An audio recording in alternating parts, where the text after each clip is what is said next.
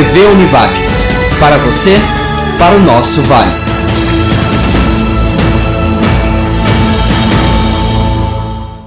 Hoje no Jornal da Univates. 1.800.000 alunos voltam às aulas no estado. Veja como foi o retorno em Lajeado. Conheça o cactário horse, o maior em variedades de espécies da América Latina. E a equipe do Espaço Urbano te mostra dicas de irrigação paisagística. E no esporte, Lajadense vence Londrina e assume a vice-liderança. Esse é o Jornal da Univates que começa agora. E você, fique conosco.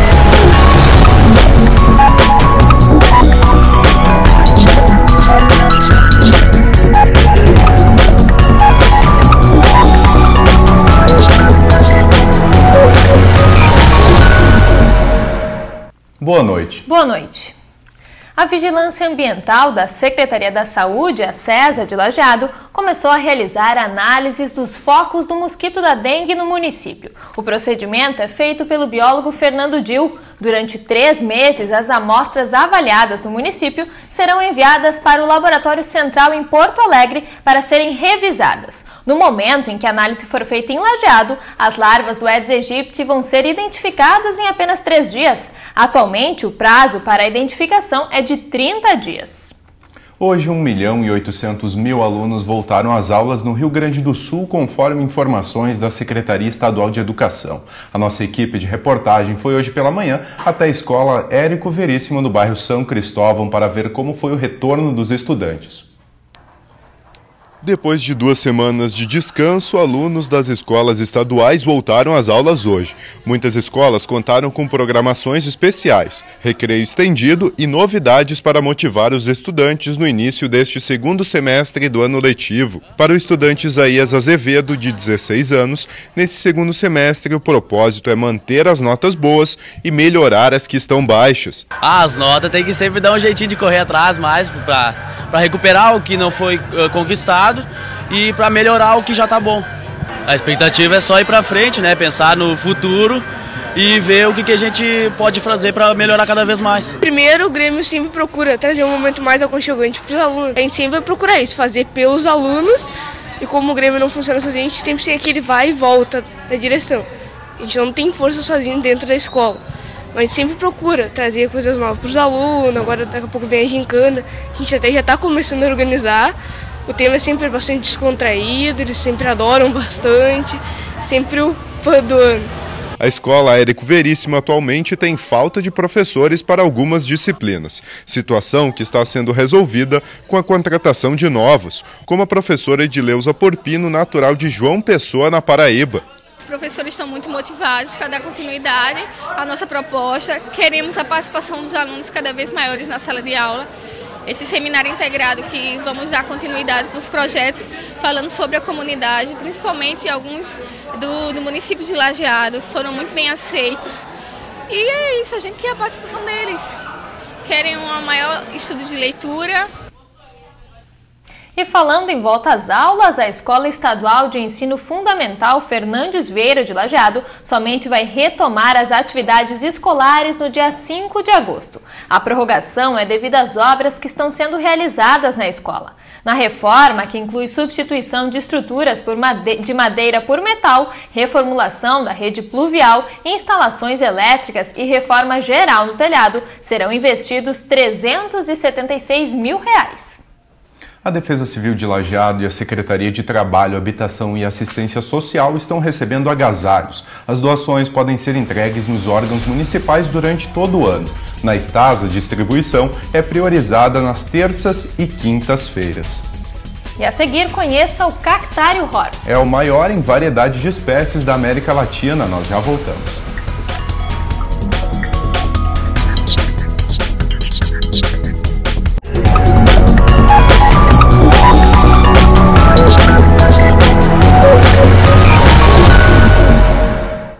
A Secretaria de Obras e Serviços Urbanos de Lajeado, a SOSUR, vai aplicar R$ 400 mil para recuperar 30 mil metros quadrados de calçamentos no município.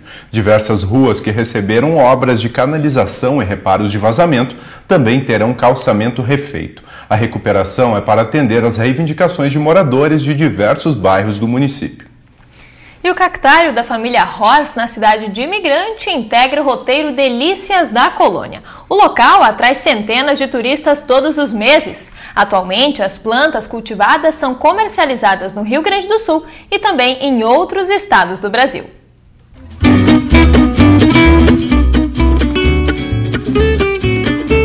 O cactário Horst é atualmente o maior cactário da América Latina em variedades de cactos. As primeiras atividades iniciaram em 1965 através da família Horst. Neste local se encontram centenas de espécies de cactos e suculentas, de diferentes gêneros e espécies do Rio Grande do Sul, Brasil e de outros países. A ideia original mesmo, quem começou foi meu pai, né? Em 1963, 1964, ele que iniciou a atividade em si, né? Então ele era uma pessoa que nasceu aqui do interior, até aqui perto de Colinas, né? E ele teve a ideia de colecionar cactos naquela época. Então foi ele que iniciou, propriamente dito assim.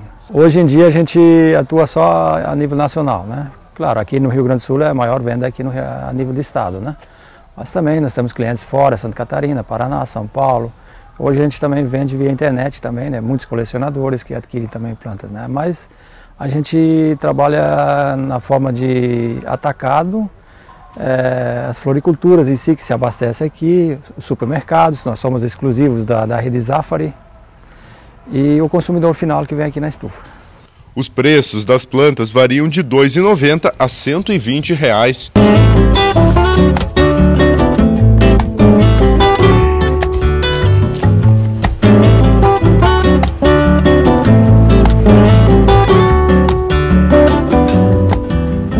A gente faz parte do roteiro turístico aqui da Delícias da Colônia, né? Então vem muito turista através do roteiro e também outros que vêm em particular. Os cactos em si não precisam de grandes cuidados. Basicamente eles precisam ter uma posição solar, é o mais importante. Pegar bastante luz solar direto ou através de uma estufa, né? Que nem aqui, que nós estamos aqui. Mas o mais importante, eles precisam de muita luz solar. E adubar a cada 2, 3 meses, molhar durante o verão. A gente molha aqui, para vocês terem uma ideia, uma vez por semana no verão, quando é quente. E quando esfria mais, que nem nessas temperaturas baixas agora, a gente nem molha. Aí pode passar 2 semanas ou até 3 semanas sem molhar, não tem problema nenhum. E no meio da estação, cada 10 dias, 12 dias seria a média assim, para molhar. Mas molhar bem o substrato todo, independente do tamanho do vaso. Que a gente molha o substrato de acordo com o tamanho do vaso. Se tiver um vasinho pequeno, a gente bota menos água, lógico, e em um vaso maior a gente coloca mais água daí.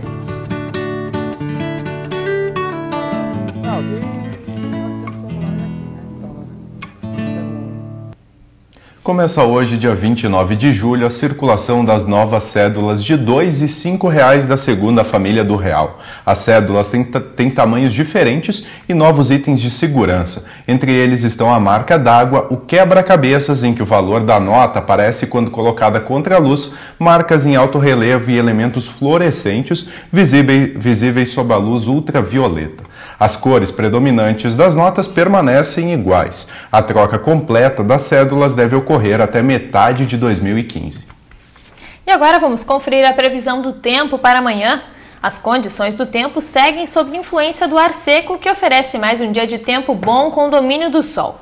As temperaturas sobem um pouco mais à tarde, mas ainda esfria no começo do dia e na parte da noite. As temperaturas para esta terça-feira em Lajeado são mínimas de 8 e máximas de 24 graus. E a seguir, a prática da irrigação. Exatamente, uma matéria produzida pela equipe do Espaço Urbano. Nós já voltamos.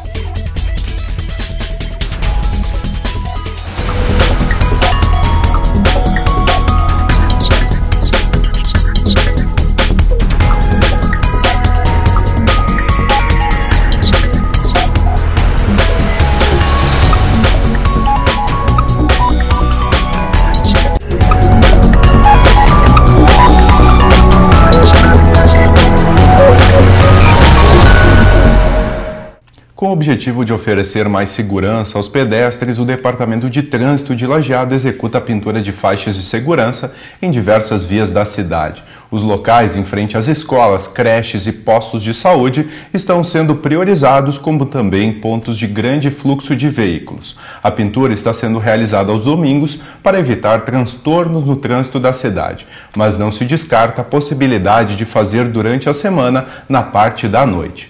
Além dos 4.300 metros quadrados de faixas de segurança a serem pintadas pela cidade, nos próximos dias também será iniciado o serviço de pinturas de faixas demarcatórias de pistas. O trabalho será feito inicialmente desde as imediações do viaduto sobre a BR-386 em direção ao bairro Centro, nas avenidas Senador Alberto Pasqualini e Benjamin Constante. Tornar jardins, áreas verdes, condomínios e até mesmo campos de futebol mais bonitos e bem cuidados. Esse é o objetivo da irrigação paisagística. Garante economia de tempo e deixa qualquer gramado bem cuidado. Uma reportagem da equipe do Espaço Urbano.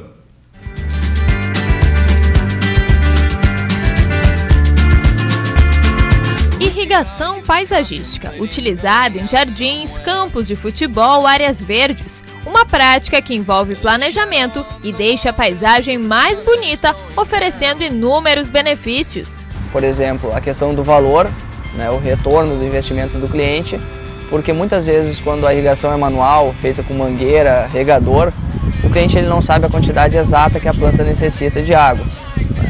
Então ele acaba às vezes colocando em excesso ou em falta.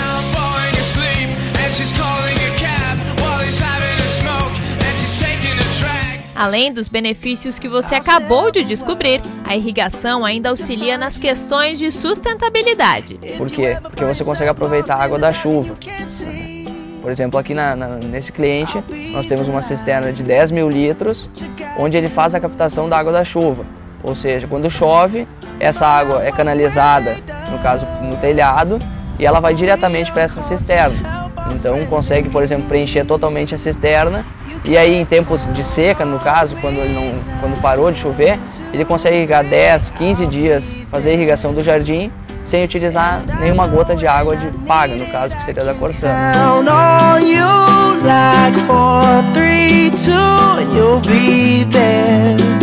Quando você decidir que quer ter um sistema de irrigação, diversos detalhes precisam ser observados antes da instalação. O que a gente, na verdade, olha? A gente olha a questão solar, áreas que têm sombra, elas precisam ser menos irrigadas do que áreas que têm sol, porque a água vai permanecer mais fácil na área com sombra. A gente analisa também o desnível do terreno, se no caso ele tem muito desnível ou se é a descer o jardim, porque daí a gente tem que dimensionar uma motobomba, que vai propulsionar, no caso, a motobomba que pega a água da cisterna e que consegue colocar para os aspersores e irrigar o jardim, no caso, e fornecer a quantidade de água necessária exata para a planta, onde a gente controla setores. Então, vamos supor, a gente pega um jardim de 600 metros quadrados e a gente analisa as partes que tem esse jardim e a gente vai dividir em setores para quê, na verdade? Dividir conforme a necessidade, porque às vezes tem partes que são muito separadas e que são diferentes, por exemplo, plantas diferentes. Pode ser que aqui eu tenha uma parte de grama e no outro lado do jardim eu tenho apenas vaso de flores onde eu queira fazer só gotejamento e não aspersão por spray, no caso. Então tem que avaliar o tipo, no caso da planta, a água que ela necessita, para poder assim dimensionar por setores.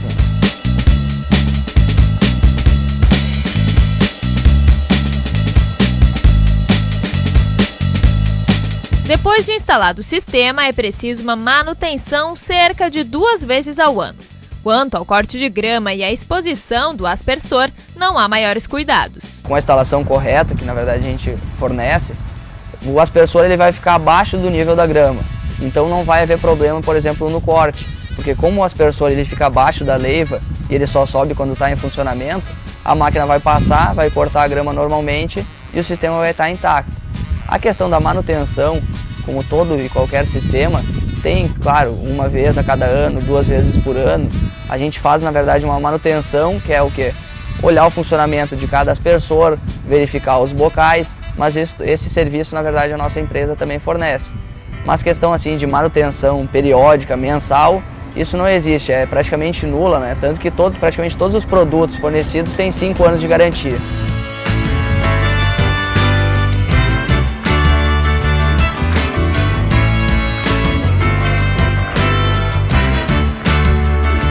Um dos diferenciais deste sistema é o sensor de clima. Quando o proprietário precisa se ausentar da residência, o sistema automaticamente vai cuidar do jardim. Junto nesse programador, a gente consegue colocar um sensor de chuva e um sensor climático, que ele, na verdade, mede a radiação do sol e mede também a quantidade de chuva. Então tem a possibilidade do cliente viajar 30, 40 dias e o jardim dele ser irrigado na quantidade certa, né? Sem precisar ter alguém preocupado com isso. Então ele programa e o próprio sensor calcula a quantidade de água que vai ser necessária e ele coloca a quantidade exata para a planta. A própria seca que a gente teve logo no início que se fez o jardim, eu já teria perdido um monte de plantas se eu não tivesse essa irrigação, porque é uma irrigação uniforme, né? Praticamente 98% é super bem irrigado. É algo fundamental, não adiantaria um belo jardim, 2, 3 meses está tudo no fim, né? It wasn't me who started that old crazy Asian war. E a seguir, Lajadense conquista 3 pontos. E agora é vice-líder do grupo A8, nós já voltamos.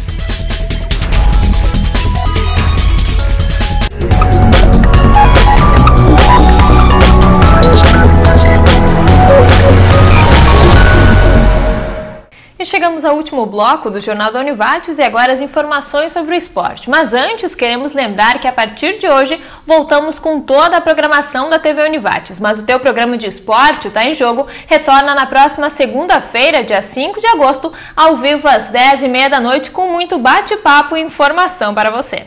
O gaúcho Marcel Stirmer conquistou na noite desse sábado a medalha de ouro em competição masculina de patinação artística nos Jogos Mundiais de Cali. É o primeiro ouro do Brasil nos Jogos. Até o começo da madrugada de domingo, o Brasil ocupava o 9º lugar no quadro de medalhas com 1 ouro e 3 pratas. A Itália liderava a contagem com 9 medalhas de ouro, 9 de prata e 9 de bronze. E domingo, o Lajadense enfrentou a equipe de Londrina pelo Campeonato Brasileiro da Série D. O resultado, 3 pontos para o Alviazul e a vice-liderança do Grupo A8. Dia de sol para a partida entre Lajadense e Londrina, jogo em que o Alviazul tinha a obrigação de conquistar 3 pontos. E um bom número de torcedores compareceu ao estádio para apoiar a equipe, incentivados pelas promoções promovidas pela diretoria do Alviazul.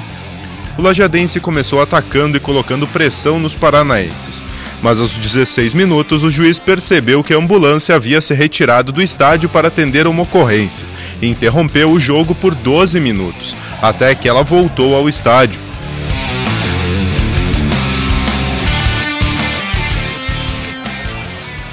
Aos 35, Felipe Atirson foi até a linha de fundo e cruzou.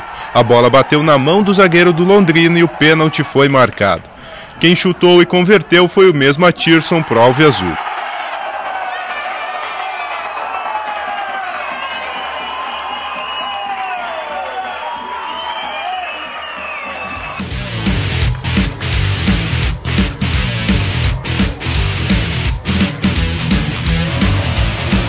Três minutos depois, Baiano agrediu Henrique e levou o cartão vermelho. Essa era a chance do Alviazul avançar no placar com a vantagem de um jogador a mais.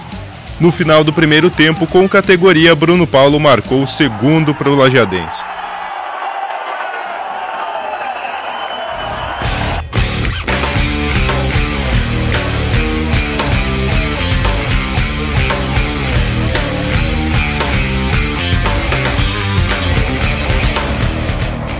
No segundo tempo, Londrina descontou com Lucas.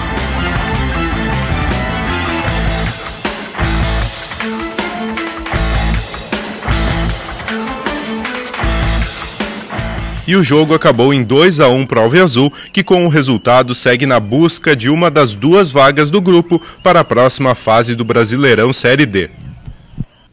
E o Lajadense volta a jogar pelo Campeonato Brasileiro Série D apenas no sábado, dia 10 de agosto, fora de casa, contra o Botafogo de São Paulo.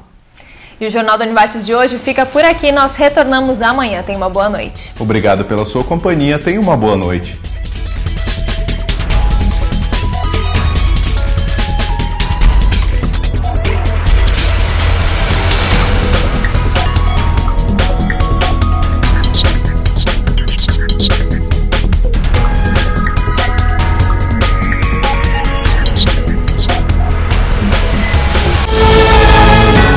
TV Univates, para você, para o nosso Vale.